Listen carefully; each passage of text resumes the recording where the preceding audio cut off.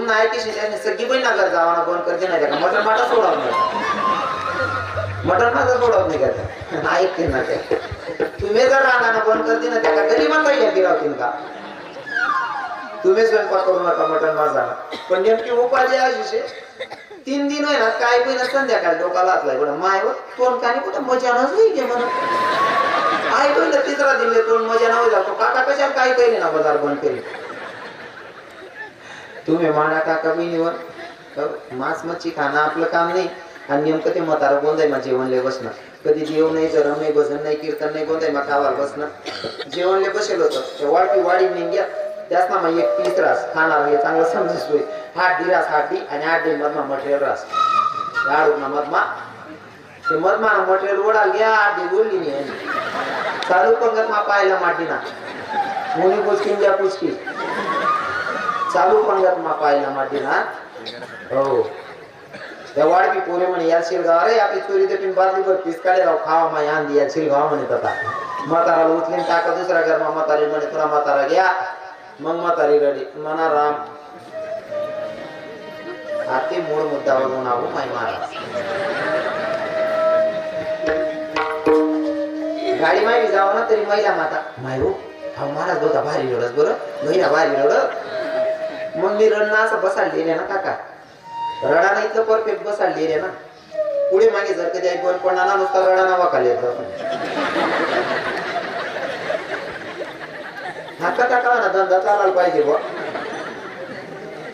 कारण पुढे पुढे आता रडता यावं आणि पुरुषले बहिणी रडणं शिकल्या बरं हा रडता यायला पाहिजे तरुण बहिणीला सांगा जी बाई रडता ते नाही इथलं वजन रास ना खाय लिहून ताट सर काय जिरपणीचे डोळ्यास करेन हा आंघोळ करी बाथरूम मायनी घेऊ जिरपणीचे डोळ्यास करेन जी बहिणी रडता म्हणून 3 दिन भरची असते राहून का बशा धुई राहू तरी शाळल्या बाय सांगते मायवती जाऊन सर रडता म्हणून हो माय रडणं बी शिकल्या आमना दोंडाचा मा जी भाऊ प्रोफेसर मरणा प्रोफेसर बायको प्राध्यापिका प्रोफेसर मरणा बाईक कुंडी कुंडी रडे मॅडम कुंडी कुंडी रडे कली आली ना बाया म्हणे मॅडम असं कुंडी कुंडी कितल्या रडण्यात पटणार नाही म्हणे शब्द रडा म्हणे मॅडम म्हणे शब्द रडू हा म्हणे मग मॅडम शब्द रडे आप्पा वो भाई माझा आप्पा म्हणता नको नको रडू आप्पा पहिले उकडी जा शिकू वो भाई माझा आप्पा नको माय राव हो चिडी आम्ही रडीली तो त्यात ते दिली तू रडू नको म्हणतो म्हणजे नवरा म्हणावर कसं रडू हायवी सुधरत नाही हो बाई माझा आप्पा म्हणतो नको मरी जा शिकू आप्पा पहिले रडता यायला पाहिजे म्हातारी रडे इतका बेकार म्हातारा मरे म्हणा राम वो माय म्हणा राम का पंढरपूर फिराले घ्यातला म्हणा धनी म्हणा राम का धनी मा बदल करी रायनातला म्हणा देव आली कोणी सैन करली ना पण म्हातारी पुढे जाईन सांगस ओ माय म्हणा राम ना कोण मा तुळशीना पाला तरी घाला ना म्हणा राम मी बडा माणसेस माझ्या आवाज दे ना इथून राम ना कोण मा कोंडी ना किस्ता तुमची दिला मनी कापू आयुष्यभर पारण कोणा खाल्या त्या तुळशी ना पारण कितला फरक पडावे का ते जवळ तुळशी माळ घालायला पाहिजे तो तुळशी माळ घाली नाही आता तुळशी ना पाला नाही आता तुळशी वृंदावन मी त्या दोन खूपशी दिलं तरी त्यांना उद्धार होणार उद्धार जर करायचा असेल तर गळ्यामध्ये तुळशी माळ धारण करावी लागेल व्रत एकादशी करावी लागेल तरच आपल्या जीवनाचा उद्धार आहे अन्यथा उद्धार होणार नाही म्हणून सगळ्यांना सांगतो गळ्यात तुळशी माळ धारण करा व्रत एकादशी करा कारण मांस मच्छी खाल्ल्याच्या नंतर आपण सुद्धा 84 लक्ष योनीच्या त्या फेऱ्यामध्ये आपल्याला सुद्धा फिरायचंय तुम्ही जर आज कापून खाशाल तर आपल्याला सुद्धा कोणीतरी कापून खाणार आहे दादा हो कारण भगवंताचा न्याय असा आहे आपला आयराणी माईक म्हणे शेजी मुसनवारी या हाती लेवणी हा आपो एक मनशे सुईन मागे चुलान मागे असे बहिणी म्हणते मनीषाने सांगा खाऊ नका ते एक बकरीला बघून आहे ना बकरी खाटकीकडे बघत होती खाटकीच्या हातात सुरा होता सुरा बघून खाटकीला बघून बकरी हसत होती हसणाऱ्या बकरीकडे खाटकी दादा चालून आला खाटकी दादाने विचारलं बकरीला कागा बकरी मग हातात सुरा आहे मी तुला कापणारा काही क्षणात तू मरणारा मग तुला मरण्याचा डर नाही का ग त्या बकरीनं गोड उत्तर दिलं खाटकी दादा तुझ्या हातात सुरा आहे तुम्हाला कापणार आहे मी काही क्षणात मरणार आहे मला माहिती आहे मग तरी तू हसते हसण्याचं कारण काय बकरीनं सांगितलं खाटकी दादा काही क्षणात तुम्हाला कापणार आहे माझं मरण मला दिसतंय पण हसते एवढ्यासाठी अरे मी आयुष्यभर फक्त चारा खाल्ला तरी मला असं मरावं लागतंय तू मला कापून खाशील तुझं मरण कसं होईल कळतंय माझं बोलणं आयुष्यभर चारा खाल्ला तरी मी अशी मरते तू गोष्ट लक्षात ठेवायची दादा, गरीब प्राण्यावर दया करा, त्याला मारून खाऊ नका, ही रिक्वेस्ट असेल. ज्यांच्यासाठी आपण कीर्तनाला आलोय, माझ्या कीर्तनातून एकच सांगेन, दोघं बहिणींचा बापही गेला आणि दोघं बहिणींची माय सुद्धा गेली आहे. दादा, मी नेहमी सांगत असताना सांगतो, ज्याला हात नाही त्याला विचारावं हाताची किंमत काय असते, ज्याला पाय नाही त्याला विचारावं पायाची किंमत काय असते, ज्याला डोळे नाही त्याला विचारावं डोळ्याची किंमत काय असते. आई अरण्यात तो माणूस अडकलाय, आजूबाजूला 4-4 किलोमीटर अंतरावर पाणी नाही, त्या माणसाला विचारा पाण्याची किंमत काय, तहानलेल्या माणसाला. आणि दादा, घरामध्ये 2 तरुण मुली आहेत आणि खिशात रुपया नाही, त्या बापाला विचारा पैशाची किंमत काय असते. ज्याला मायच नाही, ज्याला बापच नाही, अशा लेकरांकडे जाण, त्या लेकरांना विचारा, दादा मायबाप नसल्यावर तुम्हाला जीवन कसं वाटतंय. ते लेकर सांगतील, दादा महाराज मायबाप नाही ना, सुखाचा समुद्र आटल्यावानीच वाटते. बरं, सुखाचा समुद्र आटल्यावानीच वाटते. महिला मातांना सांगतो, माय तुमचं माहेर मध्ये मायबाप हयात आहे ना, तोपर्यंत तुमचं वजन आहे. किती वजन आहे सांगू का? जेव्हा तुम्ही घरून निघतात ना सासर मधनं, पिशवीमध्ये एक साडी एक परकर घेऊन निघतात तुम्ही, पण इकडनं जाताना दोघं बॅगा भरून घेऊन जातात. कितीही गरीब बाप असला, किती गरीब माय असले तरी सुद्धा दोघं हातांमध्ये भरलेल्या बॅगा असतात. समजावं या बाईची मायबाप हयात आहे. पिशवीमध्ये एक साडी परकर घेऊन गेली आणि तशीच तेवढी साडी आणि परकर घेऊन येते, समजावं या बाईचे मायबाप नसतीलच माहेर मध्ये. ही निशाणी दादा ओळखायची. कारण जोपर्यंत मायबाप असतात ना, तोपर्यंत किती जीव लावतात सांगू का तुम्हाला. कदाचित बापाचा पूर्ण व्यवहार पोराने जरी सांभाळून घेतला ना, व्यवहार सगळा पोराकडे, पण दिवाळी येते बापाच्या डोक्यात असतं माझी मुलगी येणार आहे. जोपर्यंत माझ्या हातात व्यवहार होता, माझ्या पोरगीला वाटेल तशी साडी घेत होतो, पण आता पूर्ण व्यवहार माझ्या पोराकडे, मला बोलता येणार नाही.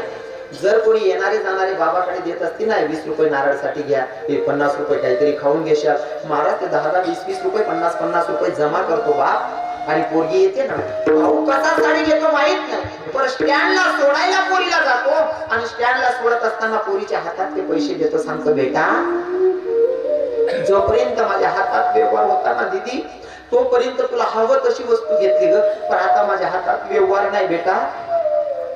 तुझ्या भावानं कशी साडी घेतली तुला आवडते की नाही मला माहित नाही, पण माझ्याकडे 200 रुपये जमा झालेले, तेवढे घे आणि याच्यात अजून तुला काही टाकायचं असेल तर तेवढे पैसे टाकून चांगली साडी घेशील बेटा. महाराज स्वतःच्या जीवाला खात नाही, पण तुम्हाला साडीला चोरून, पोराला चोरून, सुनबाईला चोरून पैसे देतो. तो बाप जेव्हा जीवनातून वजा होतो ना, त्या पोरीला विचारा जीवन कसं वाटतं.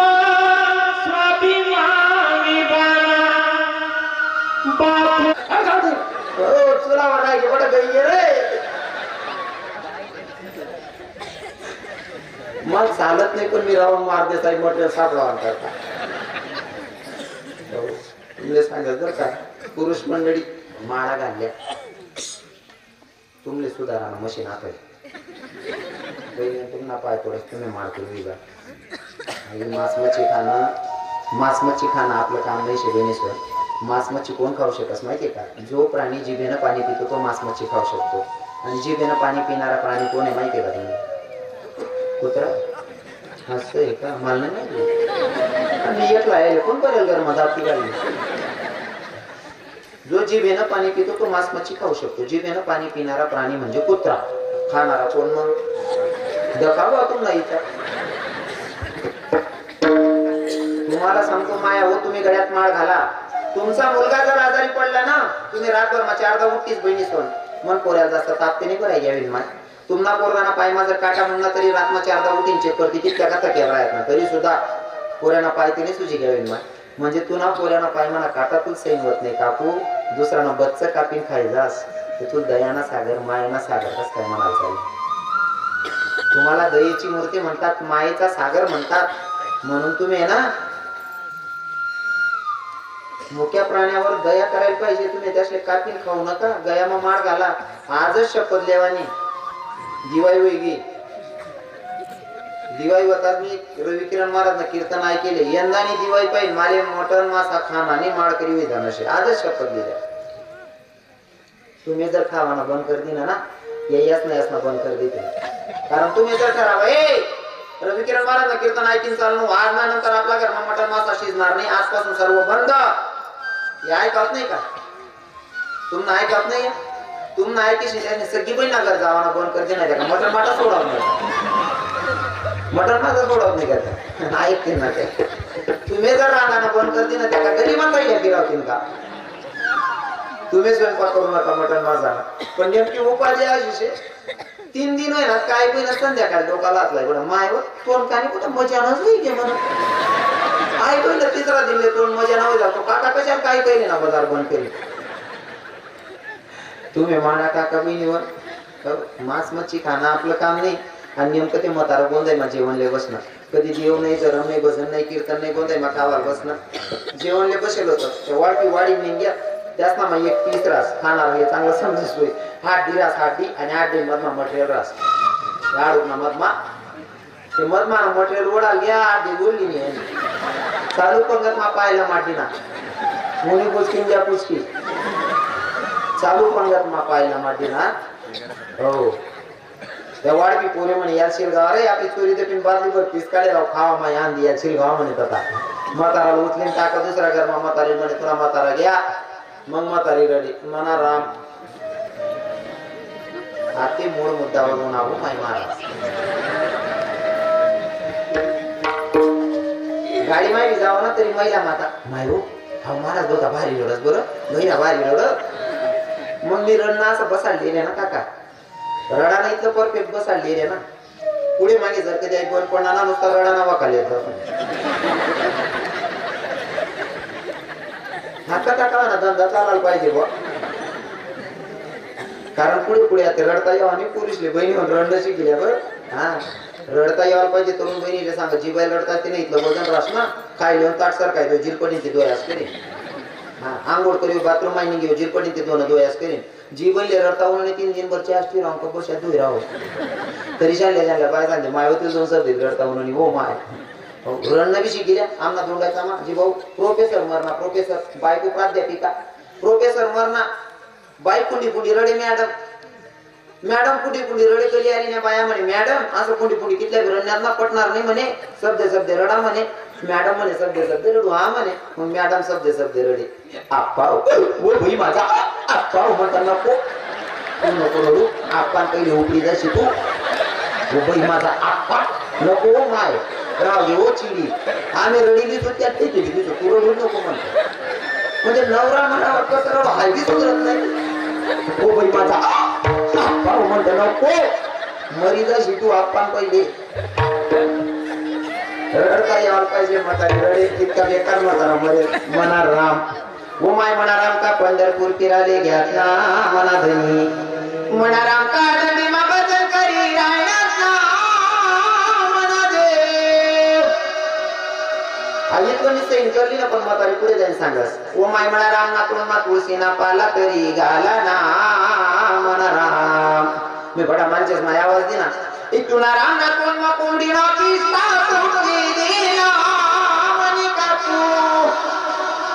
आयुष्यभर पार कोंड्या खाल्या त्या तुळशीना पाळणं कितला फरक पडावे का ते. जवळ तुळशी माळ घालायला पाहिजे तो तुळशी माळ घाली नाही. आता तुळशीना पाला नाही आता तुळशी वृंदावन मी त्या पूर्ण कोपशी दिलं तरी त्यांना उद्धार होणार. उद्धार जर करायचा असेल तर गळ्यामध्ये तुळशी माळ धारण करावी लागेल व्रत एकादशी करावी लागेल तरच आपल्या जीवनाचा उद्धार आहे अन्यथा उद्धार होणार नाही. म्हणून सगळ्यांना सांगतो गळ्यात तुळशी माळ धारण करा व्रत एकादशी करा. कारण मांस मच्छी खाल्ल्याच्या नंतर आपण सुद्धा 84 लक्ष योनीच्या त्या फेऱ्यामध्ये आपल्याला सुद्धा फिरायचं. तुम्ही जर आज कापून खाशाल तर आपल्याला सुद्धा कोणीतरी कापून खाणार दादा. हो कारण भगवंताचा न्याय असा आहे. आपला आयराणी माईक म्हणे शेजी मुसनवारी या हाती लेवणी आपो एक म्हणशे सुईन मागे चुलान मागे असे बहिणी म्हणते मनीषीने सांगला खाऊ नका दे. एक बकरीला बघून आहे ना बकरी खाटकीकडे बघत होती. खाटकीच्या हातात सुरा होता. सुरा बघून खाटकीला बघून बकरी हसत होती. हसणाऱ्या बकरीकडे खाटकी दादा चालून आला. खाटकी दादाने विचारलं बकरीला कागा बकरी मग आता सुरा मी तुला कापणारा काही क्षणात तू मरणार मग तुला मरण्याचा डर नाही का ग. त्या बकरीनं गोड उत्तर दिलं खाटकी दादा तुझ्या हातात सुरा तुम्हाला कापणार आहे मी काही क्षणात मरणार आहे मला माहिती आहे. मग तरी तू हसते हसण्याचं कारण काय. बकरीनं सांगितलं खाटकी दादा काही क्षणात तुम्हाला कापणार आहे. माझं मरण मला दिसतंय, पण हसते एवढ्यासाठी. अरे मी आयुष्यभर फक्त चारा खाल्ला तरी मला असं मरावं लागतंय, तू मला कापून खाशील, तुझं मरण कसं होईल?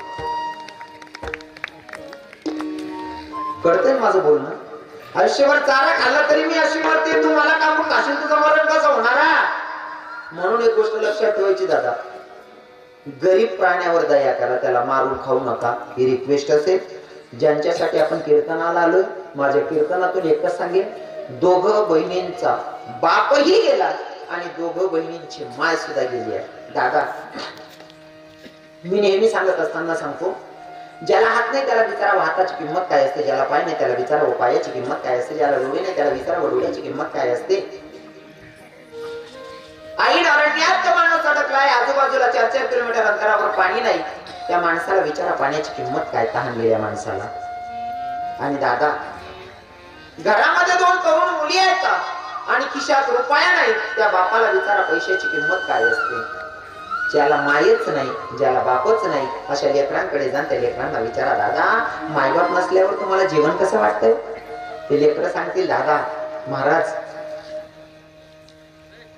मायबाप नाही ना, सुखाचा समुद्र आटल्यावानीच वाटते. बरं, सुखाचा समुद्र आटल्यावानीच वाटते.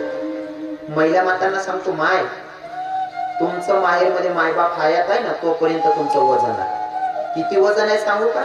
जेव्हा तुम्ही घरून निघतात ना सासर मधनं, पिशवीमध्ये एक साडी एक परकर घेऊन निघतात तुम्ही, पण इकडनं जाताना दोघं बॅगा भरून घेऊन जातात. कितीही गरीब बाप असला, किती गरीब माय असले तरी सुद्धा दोघं हातांमध्ये भरलेल्या बॅगा असतात. समजावं या बाईची मायबाप हयात आहे. पिशवीमध्ये एक साडी परकर घेऊन गेली आणि तशीच तेवढी साडी आणि परकर घेऊन येते, समजावं या बाईचे मायबाप नसतीलच माहेरमध्ये. ही निशाणी दादा ओळखायची. कारण जोपर्यंत मायबाप असतात ना, तोपर्यंत किती जीव लावतात सांगू का तुम्हाला?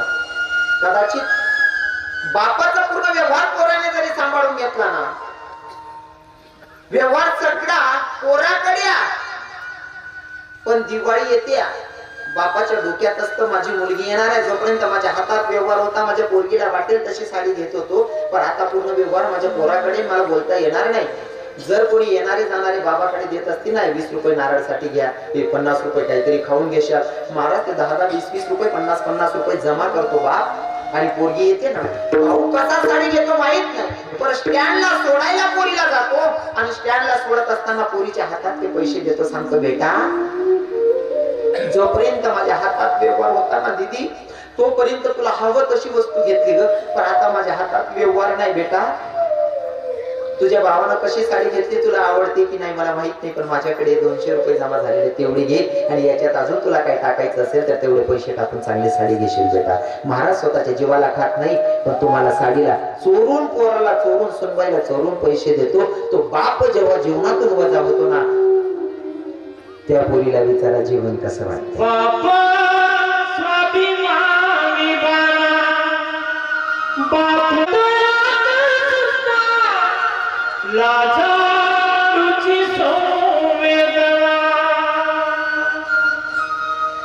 दादा, बाप गेल्याच्या नंतर ज्या मुलांना बाप नाही, ज्या मुलींचा बाप गेलाय त्यांना विचारा, हे माझ्या डोळ्यातली आसव कोणी माईना पुसताना,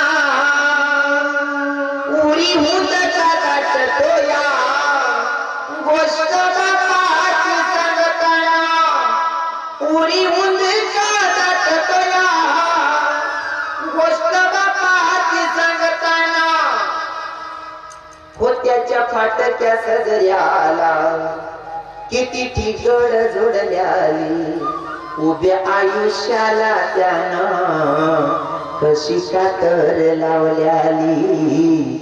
मला कसंच होत या, मला कसंच होत या, कोणी बाबा म्हणताना उरी हुंदक दाटतो या गोष्ट बापाची सांगताना, उरी हुंदक दाटतो या गोष्ट बापाची सांगताना. ज्या लेकीची माय गेली, ज्या भावाची माय गेली ना, त्यांना विचारा त्यांचे भाव काय असतील. हे कशाला गेली आई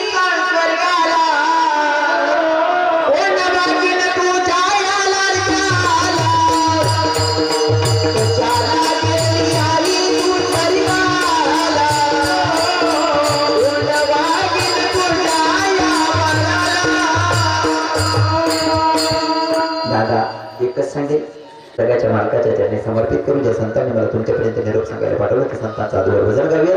ज्ञानेश्वर